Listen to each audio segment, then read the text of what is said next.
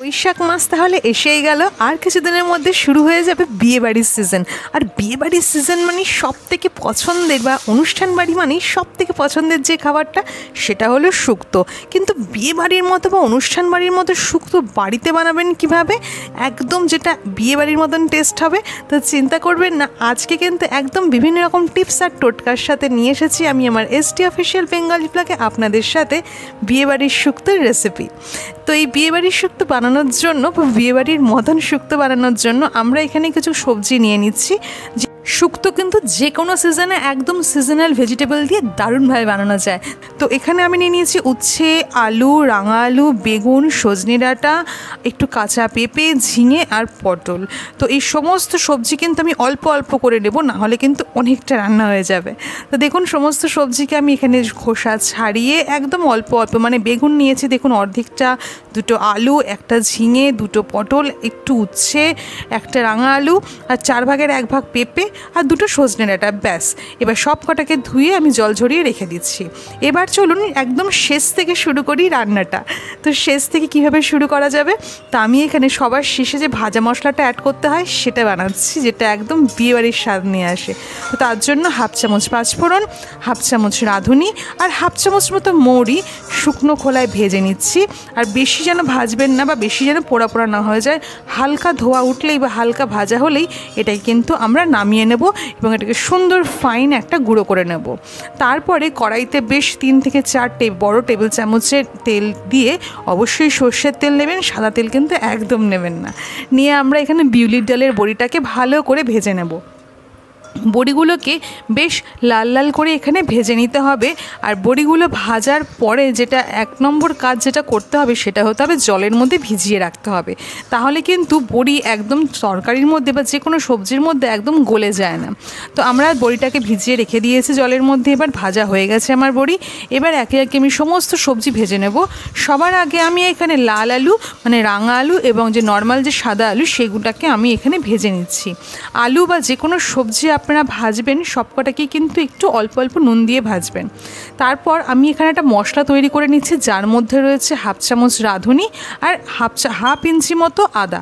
এটাকে একটা সুন্দর পেস্ট করে নেব। এইদিকে আমার আলুও বেশ ভাজা ভাজা হয়ে এসছে, আমি নুনটা দিয়ে বেশ ভালো মতো আলুটাকে ভেজে নিচ্ছি।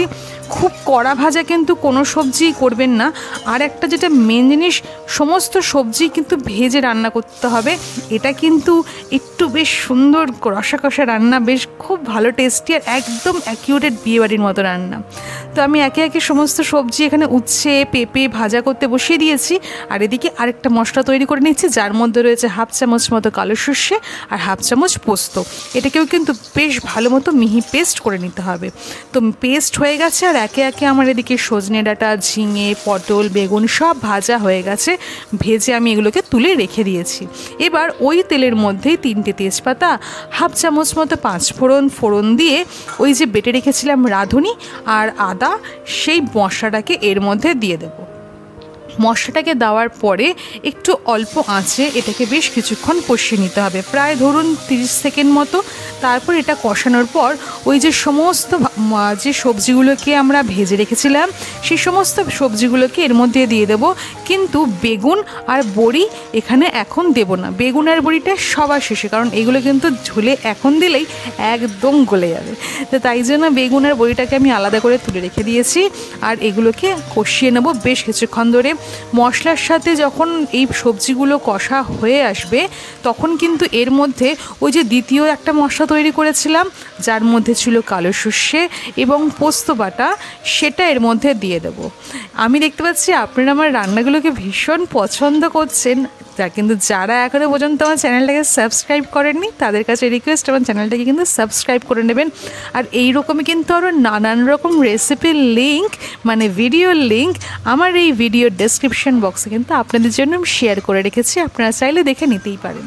তো দেখুন আমি এখানে পোস্ত আর সর্ষে বাটাটা যেটা ছিল সেটা এখানে আমি দিয়ে দিয়েছি এবং এটার সাথেও বেশ অল্প আঁচে সবজিগুলোকে বেশ ভালো করে কষিয়ে নিচ্ছি। এরপর স্বাদ মতো নুন দিয়ে দেবো, কিন্তু মাথায় রাখবেন নুন কিন্তু সবজি ভাজার সময়ও আপনি দিয়েছিলেন। তো এরপরে সবজি যখন একটু বেশ ভাজা ভাজা হয়ে আসবে 300 ml মতো দুধ আমরা এর মধ্যে দিয়ে দেব।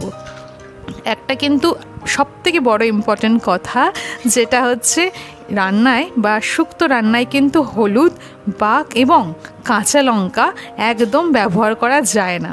মানে শুক্তোতে তো কাঁচা লঙ্কা পড়েই না, আর শুক্তো রান্নাতে হলুদও একদম ব্যবহার করা যায় না।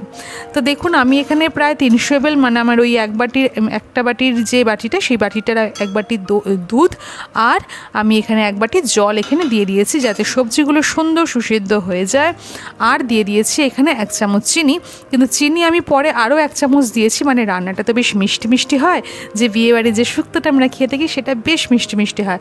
তো এখানে প্রায় 2 থেকে 2.5 চামচ মতো আমাদের চিনি প্রয়োজন পড়েছে। তো আমার দেখুন এখানে সবজিগুলো বেশ সুন্দর সিদ্ধ হয়ে গেছে।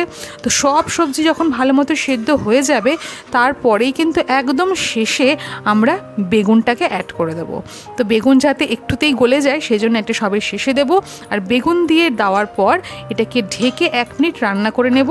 যখন আবার ফুটে আসবে, তারপরে এর মধ্যে যে ভেজে রেখেছিলাম বড়িগুলো, জলে ভিজিয়ে রেখেছিলাম যে বড়িগুলো, সেগুলোকে এর মধ্যে দিয়ে দেবো। ব্যাস আপনার রান্না একদম রেডি। এবার এটাকে ঢেকে রেখে দেবো প্রায় এটাকে 1 থেকে 2 মিনিট মতো আরেকটু ফুটিয়ে নেব।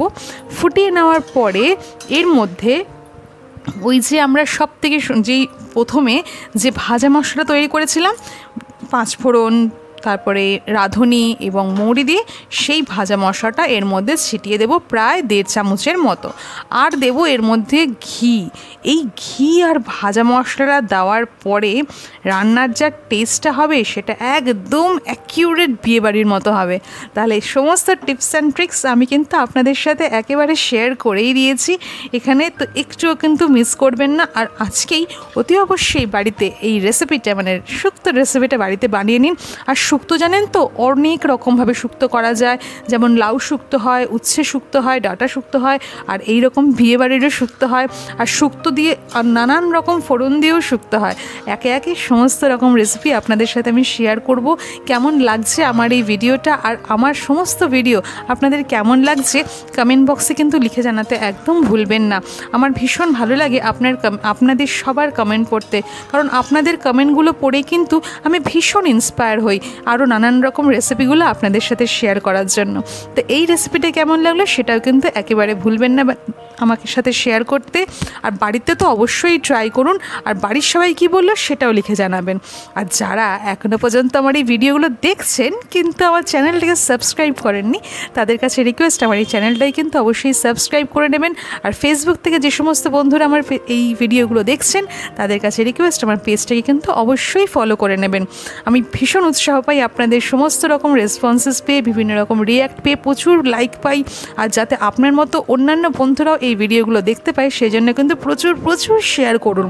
আর আমার কোনো ভিডিওই যাতে আপনাদের থেকে মিস না হয়ে যায়, তাই জন্য একদম নিচে থাকা ওই যে বেল আইকনটাকে প্রেস করতে একদম ভুলবেন না। তো কেমন লাগলো আজকের রেসিপি আমাকে জানাবেন, আর কোথা থেকে দেখছেন আপনি আমার এই রেসিপিগুলো সেগুলো কিন্তু লিখে জানাতে একদম ভুলবেন না।